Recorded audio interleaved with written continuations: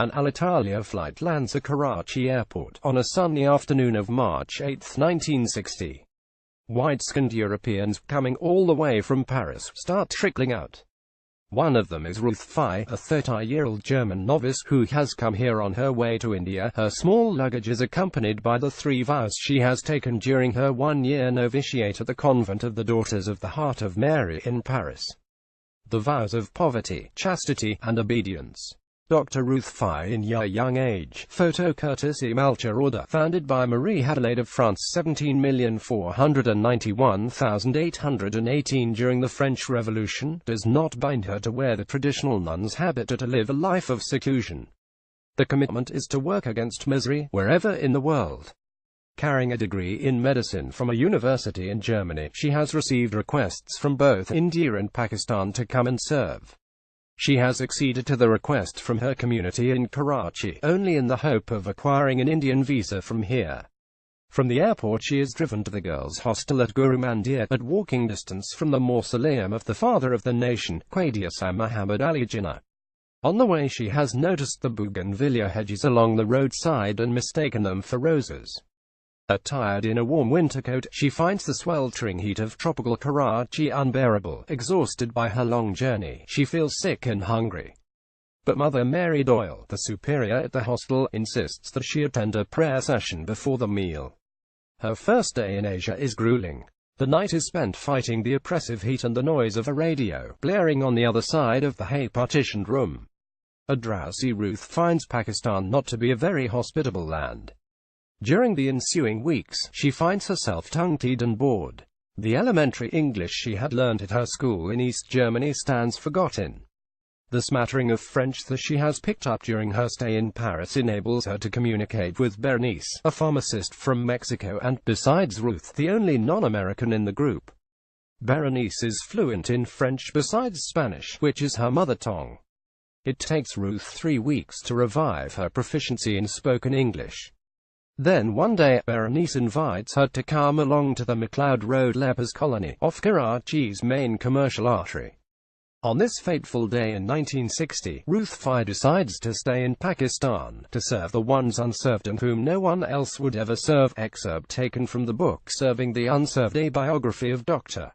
Ruth Bazir Mutare Drive. Ruth in Azad, Jammu and Kashmir in 1973. Photo courtesy Malk. From Paris to Karachi at a time when leprosy-affected people were stigmatized and treated with mere bandages. Fate landed Dr. Ruth in Pakistan. People would be shocked to see her touch leprosy patients as they were considered untouchable, recalled Nisar Malik, media manager at the Marie Adelaide Leprosy Center in Karachi. Born on 9 September 1929 in Leipzig, Germany, Dr. Ruth grew up seeing the horrors of the Second World War, during which her country was bombed and destroyed. When the war ended, the country had been divided into East and West Germany. In 1948, at the age of 17, she somehow managed to cross the border into West Germany, where she pursued her education in medicine and graduated as a doctor in 1950. Feeling unsatisfied and with a desire to do something more purposeful, she decided to dedicate the rest of her life to the poor people of the world. When Dr. Ruth left Germany in 1960, her organization, Daughters of the Heart of Mary, had not expected her to stay for long in Pakistan. The organization had decided to send Dr. Ruth on an assignment to India, but due to visa constraints, she was advised to first go to Pakistan, from where she could apply for a visa to the country of her intended destination. Young Dr. Ruth at MacLeod Road in Karachi. Photo courtesy Malk. But it so happened that Dr. Ruth spent the rest of her life in Pakistan, a country she came to call home. Her remarkable service for the country helped contain leprosy in Pakistan. As per the initial plan, Dr. Ruth applied for an Indian visa during her initial stay in Pakistan. But it was her visit to a dispensary, a small hut on 2 Chandigarh Road, then known as MacLeod Road, where leprosy-affected people were being treated with mere bandages, that made her change her mind. It was at this dispensary that she met one of the thousands of Pakistani patients suffering from the disease. He must have been my age. I was at this time not yet 30, and he crawled on hands and feet into this dispensary, acting as if this was quite normal, she told the BBC in 2010, as if someone has to crawl there through that slime and dirt on hands and feet, like a dog. Stunned at the sight, Dr. Ruth read to her organization, telling them that she was more needed in Pakistan and requesting for permission to stay in the country. Upon being granted the permission, Dr. Ruth laid the foundation of the first leprosy center in Pakistan, the Marie Adelaide Leprosy Center (MALC), only within 3 years of her arrival in the country.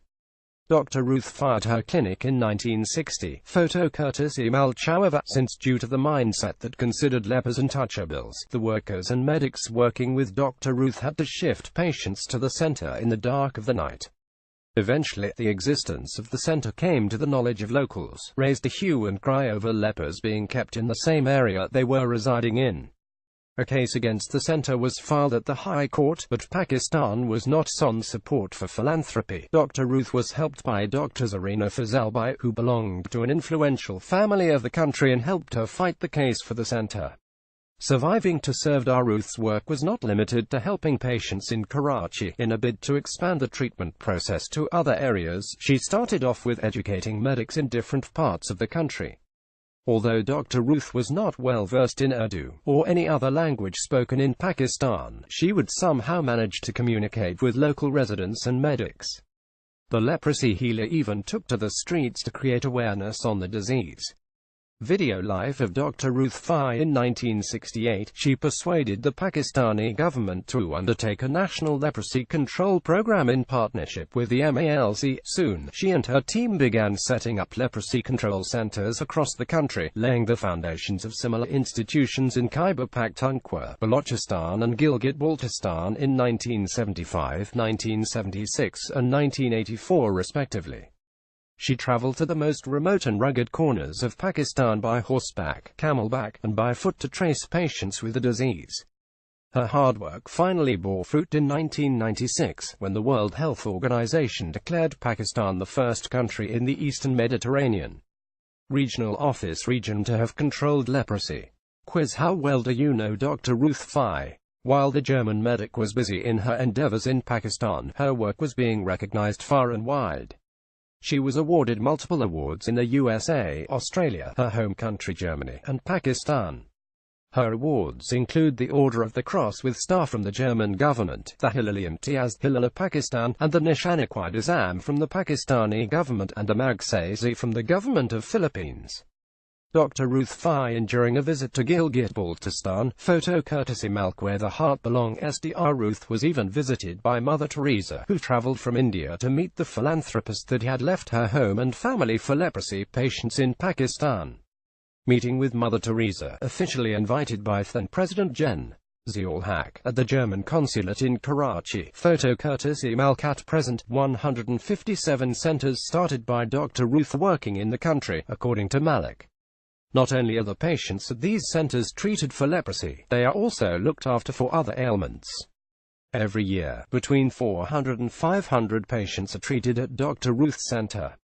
Currently, around 550 leprosy patients are under treatment at the hospital, while the number of overall registered patients is 57,700. Until 2000, Dr. Ruth would personally look after all the affairs of the center, Malik said. But she retired from her position in 2002. Then onwards, she would go to Germany every year to collect funds for the foundation under which the centers are running, he added.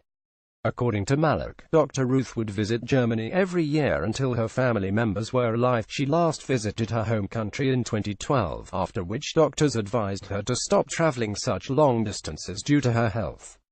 Malik said Dr. Ruth would say Germany was the place of her origin, but it was Pakistan where her heart belonged. Which is why, he added, she wished to be buried in the country where her heart belonged. Reporting by Kashif Awan, writing and editing by Zahid and Nissa and Sajjad Haider. Photographs courtesy the Marie Adelaide Leprosy Center, Karachi.